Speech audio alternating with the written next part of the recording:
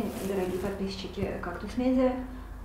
Сегодня пятница, и мы продолжаем говорить о правах человека в условиях пандемии.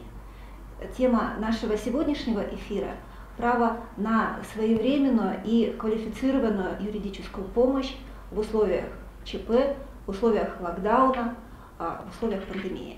Наша собеседница – руководитель юридической службы горячей линии 112 при МЧС Алия Колыбаева. Здравствуйте, Алия. Здравствуйте. Ну, давайте сначала расскажем, что такое 112, почему юридическая служба при МЧС, а не при Министерстве юстиции, и чем вы занимаетесь. Значит, у нас ситуация сложилась таким образом, что когда-то доноры поддержали создание горячей линии 112 при МЧС Кыргызской Республики. А когда случилась вот такая ситуация весной прошлого года, то, соответственно, пытались быстро среагировать на сложившуюся ситуацию. Поскольку технически было сложно, да, выделять отдельную линию, тем более мы все были, как говорится, в зоне карантина, в зоне чрезвычайного положения, поэтому решили задействовать именно ту горячую линию, которая работала и непосредственно работала вот как раз в период вот такой ситуации в стране. И поэтому решили воспользоваться горячей линией 112 именно МЧС, потому что для Министерства юстиции надо было бы создавать отдельную линию. Что требовало бы времени? Да, это потребовало бы время, вложение ресурсов, средств, поиск людей и так далее. И, соответственно, вот мы создали юридическую службу при как раз-таки горячей линии 112. И люди начали на нее обращаться? Да, люди начали на нее обращаться, потому что при помощи, опять же, донорских организаций прошла рекламная акция, и также с использованием, так скажем, социальных сетей, да, и, соответственно, людям всем объявили о том, что теперь можно получить юридические консультации, позвонив на горячую линию 112. И с какими проблемами вам чаще всего звонили? Вы знаете, проблемы, как говорится, каждый месяц они менялись. А если, допустим, скажем, мы начали реализовывать проект с 1 мая 2020 года до 1 августа 2020 года. У нас был такой краткосрочный проект.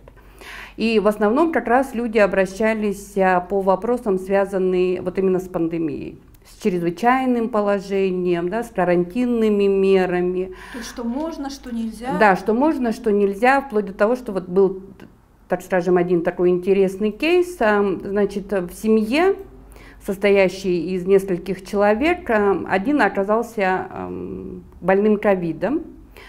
Причем получилось таким образом, что отец семейства был переносчиком, но заболела мама.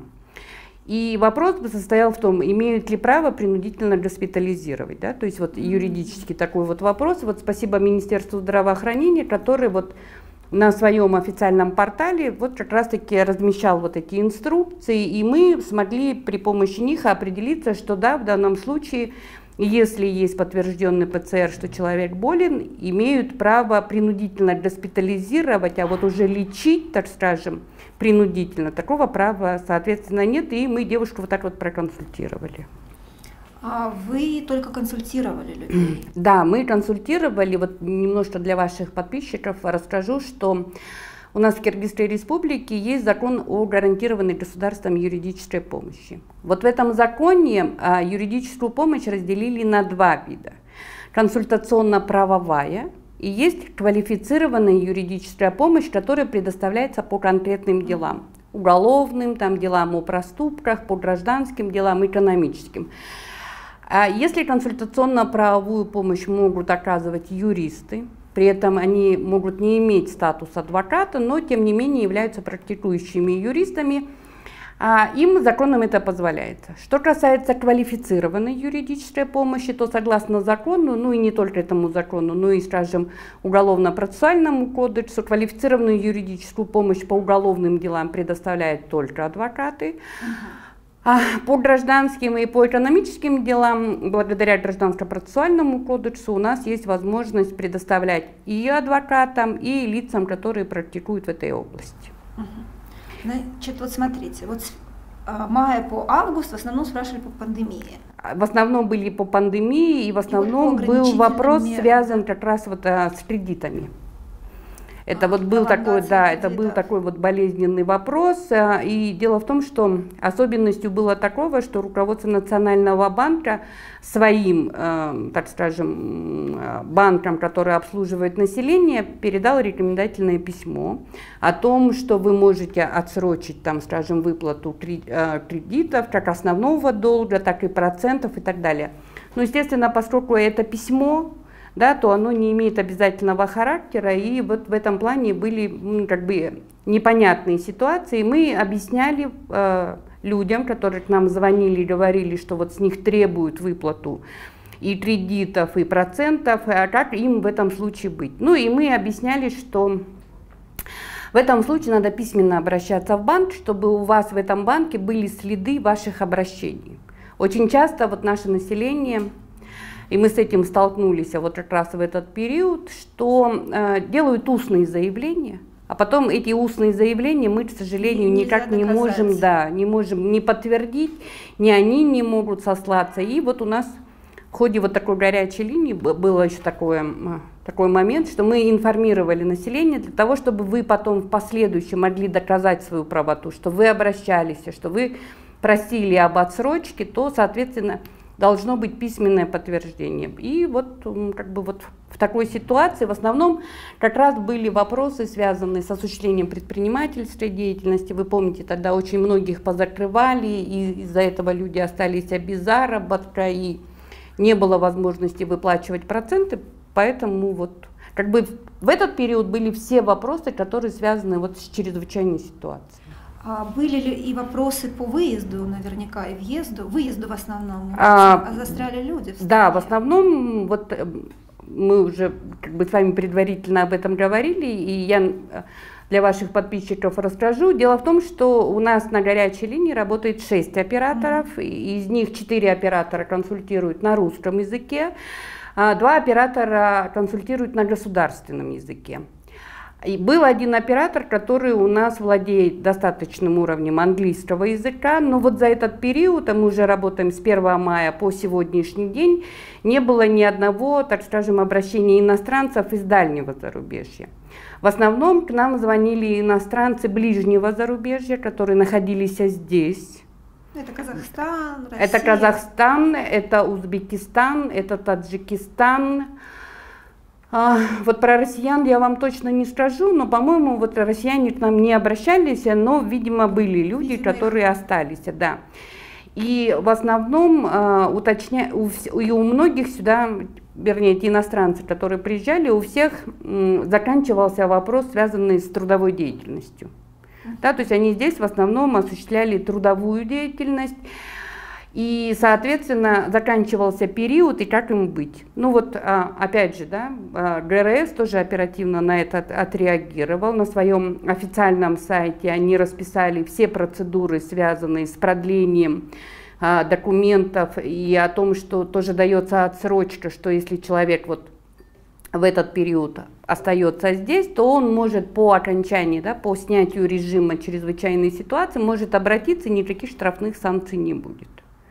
То есть вот мы благодаря, опять же, да, ну как бы юрист может ответить не на любой вопрос, но вот при помощи, да, так скажем, официальных сайтов и своевременно размещенной официальной информации мы вот консультировали именно таким образом. Которые вы не могли проконсультировать, потому что возникло белое пятно в законодательстве, в том, что, да, просто не было такого прецедента, и в законодательстве такой случай не предусмотрен из-за пандемии. Ну вот именно вот такого белого пятна, наверное, скорее всего, не было. То есть, да, по любому вопросу, да, мог получить информацию. Другое дело, насколько вот эта информация помогала решить его ситуацию. Вот, например, ну, трудно назвать это белым пятном, но вот мы когда консультировали, в ходе консультирования мы выяснили, что у нас есть некоторые вопросы, которые, так скажем, ущемляют права человека. И это происходит по двум моментам. Да? Во-первых, человек не до конца знает свои права, а во-вторых, в законодательстве установлены определенные сроки. Вот у нас был интересный кейс, позвонила женщина, и она уже несколько лет находится в разводе, в официальном разводе со своим супругом, но продолжает проживать в том же доме, вместе с совместными детьми, и на сегодняшний день супруг, ну, экс-супруг или бывший супруг выставляет условия о том, что она должна покинуть дом. Мы, когда вот в ходе консультирования выяснилось, что у них был зарегистрированный брак, что этот дом они приобрели в период брака, и он является общим совместным имуществом. И что когда они расторгали свой брак в судебном порядке, в исковом заявлении они только лишь определили вопрос, связанный с расторжением брака. А ведь же, скажем, можно в одном исковом производстве поднимать вопросы об определении места жительства детей. И основной вопрос, который вот она не подняла, это о разделе имущества. И у нас получается вот такая вот ситуация, что в кодексе установлен срок исковой давности, что если ты в течение 3 лет не поднимаешь вопрос о разделе имущества, то, соответственно, как показывает правоприменительная практика, собственником через несколько лет становится тот человек, на которого оформлено это имущество. Тут есть такой нюанс. И законодательство установило, да, что вот 3 года, да, что человек должен этот вопрос решить. И мы говорим о том, что при заключении сделок, да, никто не информирует, да, и не говорит о том, что оба супруга являются равноправными. При расторжении брака ей не сказали об этом. Ну вот при расторжении брака, да, мы же обычно не идем консультироваться к юристу, да, то есть мы не поднимаем какие-то определенные вопросы.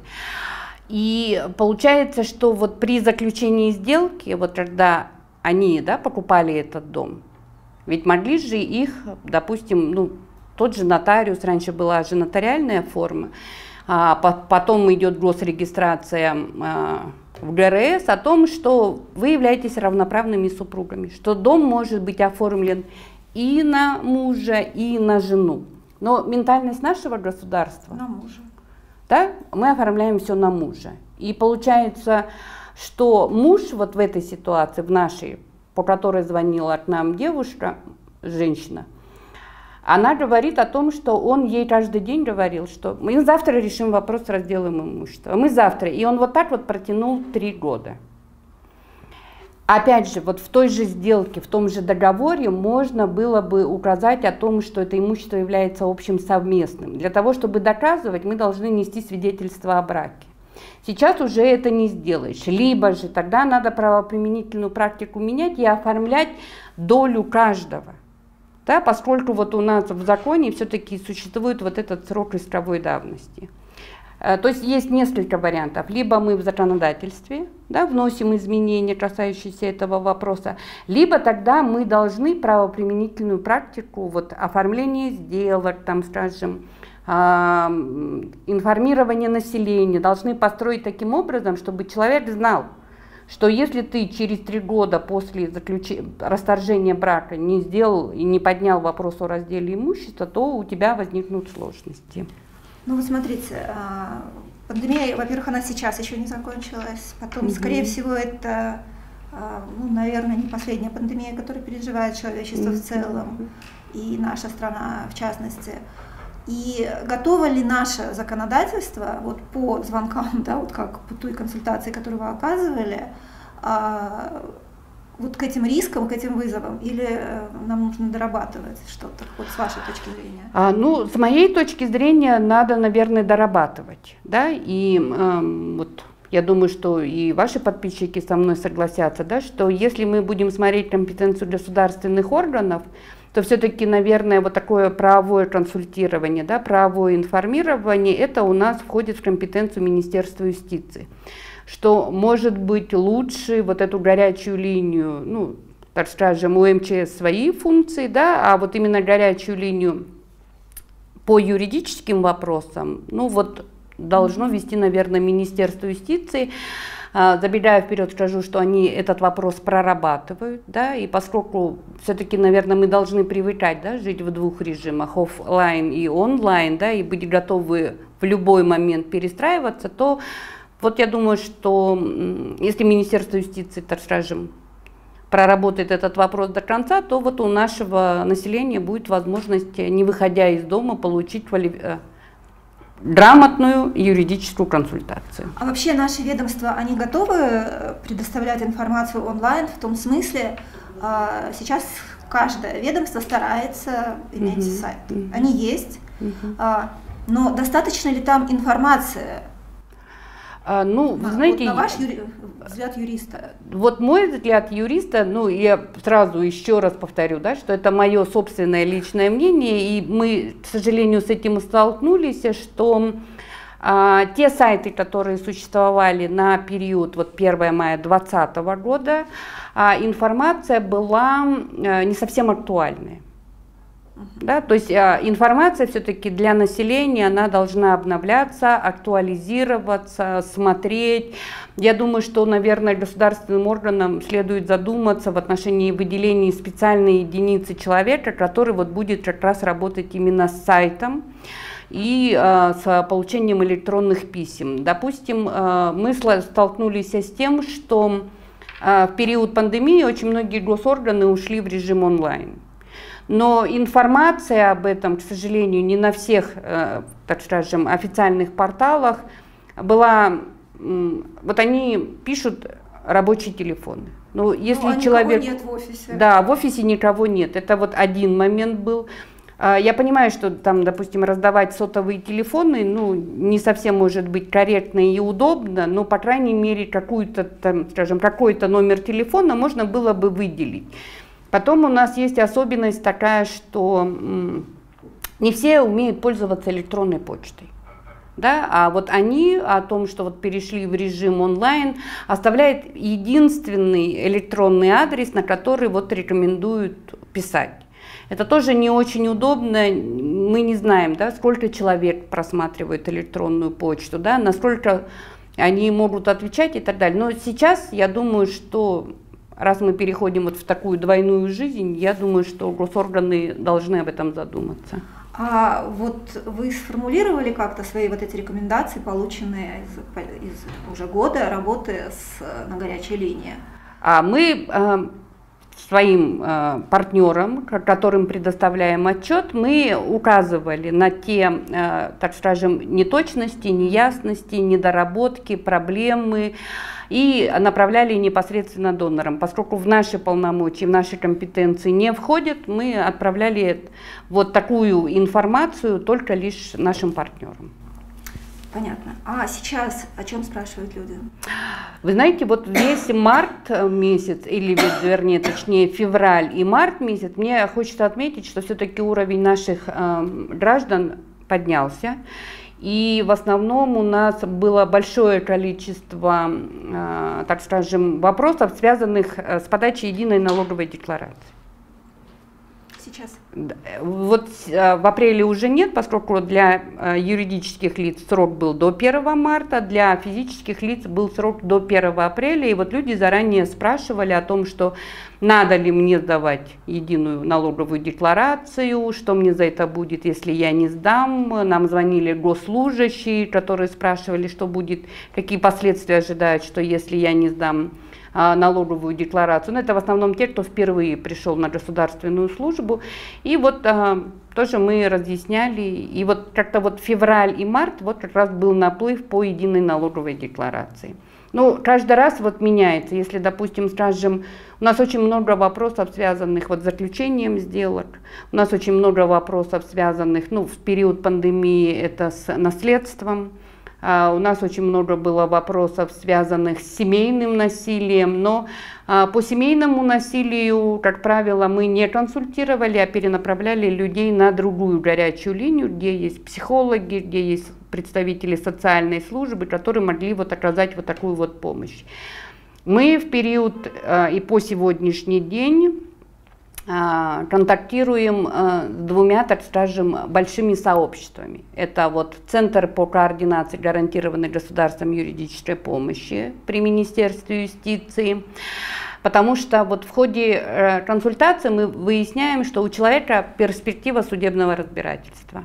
Мы по телефону, соответственно, не можем эти вещи сделать, и мы всегда перенаправляем в центр, где основная задача центра – это предоставить, если у человека есть право, на адвоката за счет государства. Вот таких у нас перенаправлений достаточно много, есть статистические данные, мы записываем, кого мы куда перенаправили.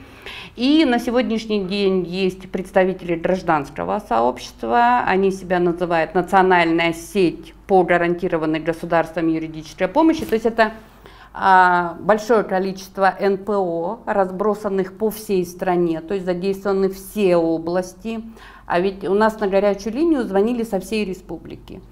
И для того, чтобы получить конкретную помощь на местах, вот мы обращались к представителям этой национальной сети, и, соответственно, человека мы перенаправляли в конкретные НПО, там, я не знаю, в Волжской области, в Баткенской и Сыкульской, для того, чтобы их юристы могли на месте посмотреть документы. То, что не можем сделать мы. А вообще у вас есть цифры, сколько людей к вам обратилось, откуда чаще обращались? Да, вот давайте я вам расскажу. Значит, вот у нас одна цифра, это вот с 1 мая по 31 июля мы оказали 614 консультаций, из них по Бишкеку 417, по регионам 197. Хочу отметить, что большее количество обратившихся все-таки это женщины, 382 было, мужчин 232. Вот есть тут у нас цифры, мы пишем, да, что там, допустим, за гражданскими делами 66 человек, по защите трудовых прав 69, то есть мы вот такую статистику ведем. Вот смотрите, мы за период с 1 мая по 31 июля перенаправили дальше 115 человек. Из них вот как раз-таки перспектива судебного разбирательства была 56, остальных мы направляли либо в государственные органы, да, там, скажем, либо же вот в национальную сеть по ГГЮП. Есть, так скажем, у нас информация с 1 августа по 31 декабря, это уже 641 консультация. Лидирует, конечно, Бишкек 501. Это связано с тем, что люди больше знают о том, что существует такая линия. Да, возможно. Но вот мы обращались, была, я насколько помню, значит, декада правовой помощи. Это вот, так скажем, то, что делает Министерство юстиции. И мы при помощи вот этой вот декады каждый раз напоминаем о том, что они могут получить именно консультацию по телефону, не выходя из дома. Ну, вот если брать статистику с 1 мая по 31 декабря, то было оказано 1225 консультаций по телефону. И это цифра, которая не включает повторные обращения. Очень часто бывает таким вот образом, ну, как мы работаем с горячей линии 112. Вы знаете, что линия очень загружена, ведь у них же свои вопросы у МЧС. И они делают вот так. Если есть время, то операторы МЧС соединяют с нами, мы консультируем. Но в основном мы предпочитаем, конечно, практику, когда операторы МЧС дают наши номера телефонов. Потому что мы... Да, юридические вопросы, они же сложные, многогранные, и мы не всегда можем сразу тут же сходу проконсультировать. То есть нам надо время, нам надо, я не знаю, заглянуть в кодексы, в законы, посмотреть, скажем, официальные сайты госорганов или что-то еще там, или же, допустим, ну, те же номера телефонов. И когда они дают наши номера телефонов, у нас всегда есть возможность перезвонить и, так скажем, полностью ответить на тот вопрос, который задал человек. Но по вашим ощущениям, в период пандемии потребность вот в такой юридической помощи у людей, конечно, выросла? Я думаю, что да. Я думаю, выросла. Ну, видите, опять же, сравнивать нам не с чем. Да? То есть раньше, до того, как этого не делалось, поэтому сказать, что выросла, не выросла, вот сложно. Но то, что это необходимо, что это действительно облегчает возможность, да, так скажем, решить свой вопрос, то это да. Тут не возникает сомнений. Тут не возникает сомнений. Вот очень часто, и мне очень отрадно, что такое происходит, люди стали звонить к нам до заключения какой-либо сделки. Ну, то есть до того, как да, до того, как, трудность. да, вот они совершат, потому что, ну, вот что греха таить, да, вот у нас очень часто бывает такая ситуация, когда, допустим, скажем, продают автомобиль, да, и выдают генеральную доверенность. А потом начинают приходить письма счастья, да, что вот этот автомобиль, а мы понимаем, да, что штрафуют владельца автомобиля, а выдав генеральную доверенность, ты не перестаешь быть собственником. Да. И вот сейчас вот ситуации такие, что мы начинаем говорить: ребята, ну выдача генеральной доверенности это не сделка, вы просто даете возможность решить судьбу этого автомобиля. Для того, чтобы вы перестали быть владельцем, вы должны заключить либо договор дарения, либо договор купли-продажи и так далее. То есть, и уже вот люди начинают. Очень часто был как-то у нас период, когда люди пытались в период пандемии купить земельные участки. Цены упали на недвижимость. И тоже вот выясняется ситуация, что есть земельный участок, вроде есть документы, есть технический паспорт, но человек, который продает этот земельный участок, не может предоставить ему возможность в отношении того, что действительно у него есть правомочия продать. И мы говорим, что ситуация запутанная, да, очень сложная, да, может быть, есть смысл обратиться в ГРС и узнать судьбу этого земельного участка, да, то есть, ну, там вбили колышки, вроде как похоже, что земельный участок. Но если правомочия, это вот, ну, вот в этом есть определенные особенности. То же самое было с вопросами, связанными с наследством. Да, потому что, ну, вот в период пандемии умирают люди, и, ну, естественно, да, там вот эти 6 месяцев. И тоже мы вот по вот таким вот вопросам заранее, то есть мы объясняем, да, что вы не ждите просто истечения этих 6 месяцев. Вы уже потихонечку можете прийти в нотариальную контору, спросите у нотариуса, какой перечень документов я обязан предоставить для того, чтобы войти в наследство. И у вас есть 6 месяцев собрать эти документы, не бегать в последний день и не просрочить, так скажем, этот срок. То есть вот такие вот вещи, они, конечно, отрадны тем, что люди вот задумываются заранее. А какие специфические вопросы вам задавали, вот, с которыми сталкивается человек именно в период пандемии? И понятно, что вот когда будут сняты все эти, ну, я надеюсь, что они будут сняты, ну, вот мы с вами уже говорили, да, о там, выезде.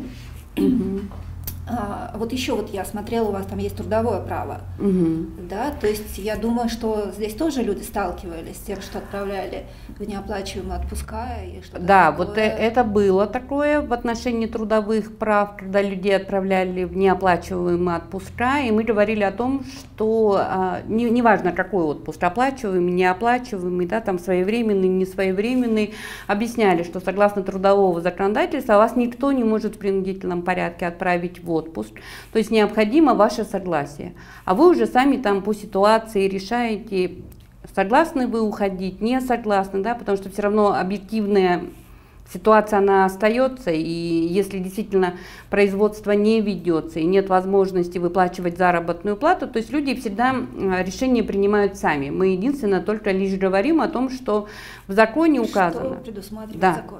В законе указано, что вас никто не имеет против воли, там, скажем, отправить, что на сегодняшний день оснований, допустим, даже уволить вас тоже нету. А если, допустим, вы не уходите, да, то какая будет минимальная заработная плата? То есть все то, что есть в законе, мы, естественно, людям об этом рассказывали. Еще что вот из специфического и что законодательство должно предусмотреть по ситуации с пандемией и именно с правами человека? Ну, есть какие-то? Или все-таки, условно говоря, у нас в законодательстве все предусмотрено, просто нужно быть внимательнее? Ну, сложный вопрос, вот так вот на него сходу не ответишь. То есть в законодательстве белых пятен нет? Ну, вы знаете, есть, ну, не могу сказать в отношении белых пятен, да, есть коллизии, есть там, допустим, какие-то определенные нестыковки, да, допустим, скажем, законодательство регулирует так, ну, там правоприменительная практика по-другому рассматривает этот вопрос, или же, ну, наоборот, ситуация случается. Я думаю, что, наверное, вот в такой вот период, наверное, все-таки здесь должен быть больше вопрос сотрудничества. Не знаю, насколько я, может быть, правильно отвечаю или нет. Все-таки в период пандемии мы ограничены. Да, и люди не всегда, вот как вы говорите, да, знают о том, куда можно обратиться и так далее. И я вот думаю, что вот здесь должна быть, наверное, консолидированная работа с привлечением государственных органов, средств массовой информации и так далее, да, что не надо волноваться, что обычно же у нас паника из-за чего? Из-за отсутствия информации. Да, и вот, наверное, вот я думаю, что вот в такие периоды вот госорганы должны работать со средствами массовой информации. То есть информировать. Вот мы даже думаем о том, что очень часто бывает, что у человека нет возможности, допустим, позвонить, да, ну, мало ли что там бывает. Можно, допустим, скажем, вот исходя из нашего опыта, да, есть какие-то такие часто повторяющиеся ситуации, и под них давать вот краткую, так скажем, краткий ответ, как поступить в этой ситуации, да, то есть юридический вопрос, юридический ответ. То есть, может быть, как раз-таки и НПО, которые этими вопросами занимается, допустим, и государственные органы, могли бы вести такие рубрики. Насколько я знаю, ведут такие рубрики, но вот их надо пополнять. И именно как раз, может быть, специфическими, так скажем, вопросами, кейсами, которые случаются именно в период пандемии. А вот что касается образования, вот ситуации в школах, родители тоже не знают, на что они могут претендовать, на что они могут, имеют право. Вот по образованию вам были звонки? Нет, по образованию звонков не было. Не было вопросов, связанных, так скажем, именно с обучением ребенка там, в школе, в высшем учебном заведении, в колледже не было. Родители считают, что то, что сейчас ребенок не ходит в школу, это нарушаются права. Вот, то есть тут нужна юридическая консультация. Опять же, родители собирались устраивать сидячую забастовку. То есть ребенок бы не подключился к онлайн-обучению. Собирались родители. Мэрия тут же сообщила, что будут приняты меры к родителям, которых ребенок не пришел на урок. Здесь, на мой взгляд, тоже нужна юридическая консультация, насколько правомерны действия одних, да, ребенок не пришел в школу, родители же за это отвечают, наверное, и насколько правомерны действия мэрии, которая угрожает родителям санкциями. Таких... Нет, вот таких ситуаций у нас не было. Это родители не знают, наверное, что можно позвонить и проконсультироваться. Можно позвонить, проконсультироваться 112, потому что мы с вами говорим о доступе к своевременной юридической помощи. Юридическая помощь, она может быть любая, в том числе о том, на какое обучение имеет право ваш ребенок. Да, ну вот здесь, знаете, вот больше, наверное, я бы сказала, тут вопрос, если вот вычленять, да, из той ситуации, которую вы предложили, юридический вопрос, да, то тут только, наверное, единственный момент о том, чтобы как провести, так скажем, эту сидячую в кавычках забастовку правильно, не нарушая законодательство. Вот это только единственный момент. Там, как правильно выдвигать требования, да, что заранее там надо сделать, уведомить ту же мэрию, что мы вот хотим провести там на территории, скажем, на пересечении вот этих улиц забастовку, что, ну, как бы предупредить, да, и что вот требования выдвигаются такими. Это вот только единственный момент, да, который вот можно вытащить из юридического вопроса. Но пандемия показала, что очень многие, так скажем, моменты, мы были к ним не готовы. Ну, так же, как и весь образовательный процесс, ну, в тех же школах, да. Ведь мы же пользуемся чем? Тем, что есть. Это вот WhatsApp, да, это там, допустим, скажем, какой-то образовательный портал, да. Вот был период, когда допустим, телевидение подключали, да, и говорили, что вы можете смотреть уроки. И у нас был такой вот момент, это, ну, такой вот, скажем, жизненный, все мы родители, да, у всех есть дети, и выяснялось, что очень многие родители просто не подключили это телевидение, и его можно смотреть только в Бишкеке. А регионы, к сожалению, этот новостной канал не показывают, не демонстрируют. То есть какие-то такие технические моменты, которые вот не позволяют этот вопрос решить, но поскольку вот у этой проблемы не субъективный характер, а объективный, то есть надо смотреть на то, чтобы все-таки, как вы пытались прогнозировать, да, что мы будем жить уже в таком режиме и вполне возможно очень часто, то надо, конечно, все-таки упор делать вот именно на технологии.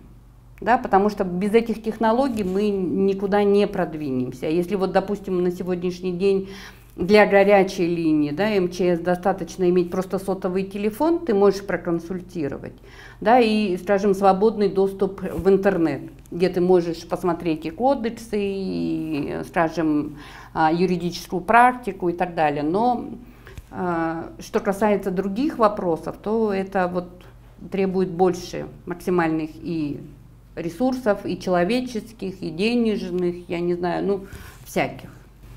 Но вы тоже говорите, куда, значит, вы даете консультацию, а затем человеку нужна уже там сопровождение его кейса. Вы здесь тоже можете помочь и сказать, куда именно он может и к кому именно обратиться. Да, мы всегда, единственное, что есть такой нюанс, когда мы видим, что у человека перспектива все-таки судебного разбирательства, и возможно, что его дело можно решить каким-то другим альтернативным способом, да, то вот мы обычно перенаправляем точечно, адресно в ту организацию. Это вот если за адвокатом за счет государства, то мы направляем в Центр по координации гарантированной государством юридической помощи. Если, допустим, скажем, вопрос связан, что еще проблему можно решить без участия, там, без обращения в суд, то у нас на сегодняшний день есть институт медиации. Да, мы направляем в республиканское сообщество медиаторов. Если, допустим, скажем, у человека есть возможность заплатить, да, там, скажем, есть средства, позволяющие оплатить услуги адвоката, то мы перенаправляем их на сайт Министерства юстиции. У них есть мобильная карта поставщиков юридической помощи, где они сами могут для себя выбрать. Если же там, допустим, скажем, не нужна юридическая помощь, да, а, допустим, скажем, в этом могут помочь кризисные центры, то мы направляем туда. То есть мы, прежде чем начинать, так скажем, работу горячей линии, собрали всю эту информацию о тех, куда, в какой конкретной ситуации мы можем перенаправлять людей. Вот смотрите, вот вы год отвечаете на вопросы кыргызстанцев, и не только кыргызстанцев. Есть такое, что, боже, какая низкая юридическая культура у наших людей, или все-таки все не так плохо?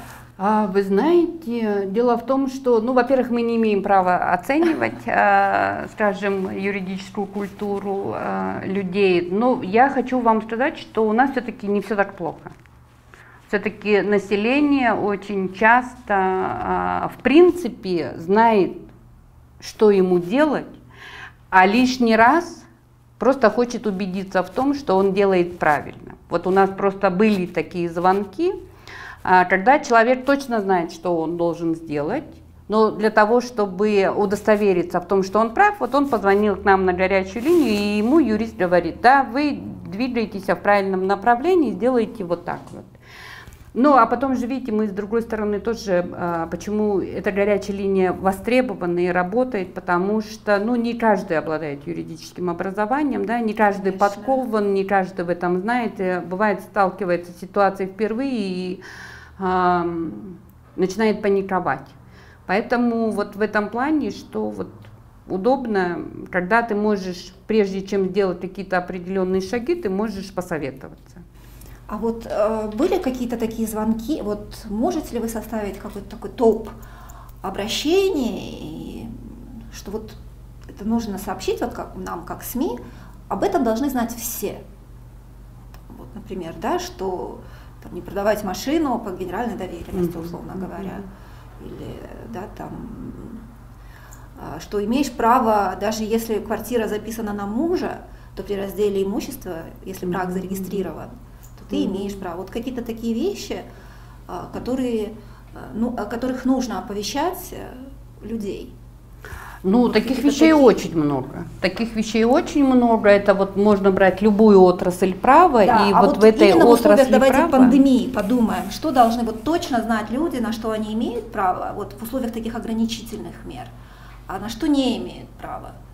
Вот сейчас вот все-таки, видите, ситуация изменилась, и мы не всегда знаем, да, что еще действует, что не действует, да, то есть имеют право там заставлять моего ребенка носить маски или не имеют.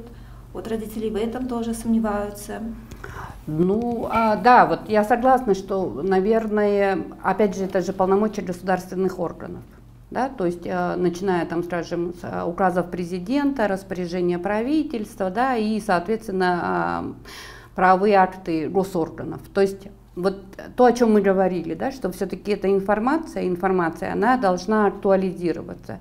Если, скажем, мы с вами четко знали, да, что там, скажем, с 20, не помню по датам, но, по-моему, с 28 марта, да, объявили чрезвычайное положение. Потом мы тоже долго немножечко путались, а до какого мая оно у нас действует, это чрезвычайное положение. То есть вот такие вещи, конечно, они должны быть актуализированы, и, по крайней мере, вот через средства массовой информации они должны доноситься до, скажем, до людей. Например, что вот опять же с теми же масками, да, что на сегодняшний день масочный режим никто не отменял. Но опять же мы с вами об этом знаем откуда, да? Мы видим это на дверях магазинов, на дверях аптек, что без масок мы не впускаем. В общественный транспорт зайдешь, там половина в масках, половина вроде как без масок. То есть должны быть все-таки со стороны государственных органов более четкие инструкции и говорить, по крайней мере, людям, до какого периода все-таки это действует. Вот если, скажем, допустим, в период пандемии были блокпосты, и было понятно, что на сегодняшний день это есть, были маршрутные листы, да, когда ты не мог выходить из дома, не указав путь следования и так далее. И по этому поводу правовые акты, они висели, да, то есть вот информирование было. На сегодняшний день мы не знаем, да, какая ситуация. Единственное, что мы знаем, что маски надо носить. Кто-то вот учится онлайн, кто-то не учится онлайн, да, как-то отдали на откуп непосредственно тем организациям, которые это осуществляют. Наверное, если мы говорим я не говорю о жесточайшем контроле, да, но какие-то профилактические меры должны быть, и на сегодняшний день мы видим, что пока такого резкого спада болезни нету. Да, и болезнь, к сожалению, как выясняется, она мутирует, да, у нее появляются новые штампы, и вот в этой ситуации, конечно, надо все-таки, чтобы информация, которая работает на ограничение прав, она все-таки исходила от государственных органов с привлечением средств массовой информации, чтобы население знало об этом. У нас с вами заканчивается время эфира, поэтому давайте еще раз четко скажем, значит, ваша служба, ваша горячая линия 112 точно работает до 1 июня, я так понимаю? Да. То есть до 1 июня любой человек может получить юридическую консультацию, именно консультацию по любому вопросу. Да. Вы работаете в каком режиме? Значит, вот смотрите, у нас мы работаем с 8 утра до 8 вечера. У нас работают операторы в 2 смены. В каждой смене есть оператор, который говорит на русском языке и который говорит на киргизском языке. Вот одна группа операторов работает с 8 утра до 2 часов дня, и вторая группа операторов работает с 2 часов дня до 8 вечера. Мы работаем 6 дней в неделю, единственный выходной у нас воскресенье. Мы работаем с понедельника по субботу, получается это сколько, 12 часов, да? Вот юридическая служба работает, и мы ждем ваши звонки. После 1 июня пока никаких гарантий вы дать не можете, но вы надеетесь, Да, что мы работа надеемся, будет да, что продлена. работа продолжится. Да, но может быть уже Да. с другими партнерами, Да. да, что это уже будет не вместе с МЧС, но будем надеяться. Так мы с вами говорили о доступе, о своевременном доступе к юридической помощи в условиях пандемии. Мы еще сформулируем основные вопросы, которые задавали в течение этого года на горячую линию 112 для того, чтобы вы могли, если у вас есть необходимость в информации, получить ее из каких-то других источников, не только обратившись на 112, мы оформим это в виде отдельной статьи. Вам, Алия, спасибо большое за эфир. Вам спасибо за приглашение. И вам удачи в вашем полезном деле. До следующей пятницы.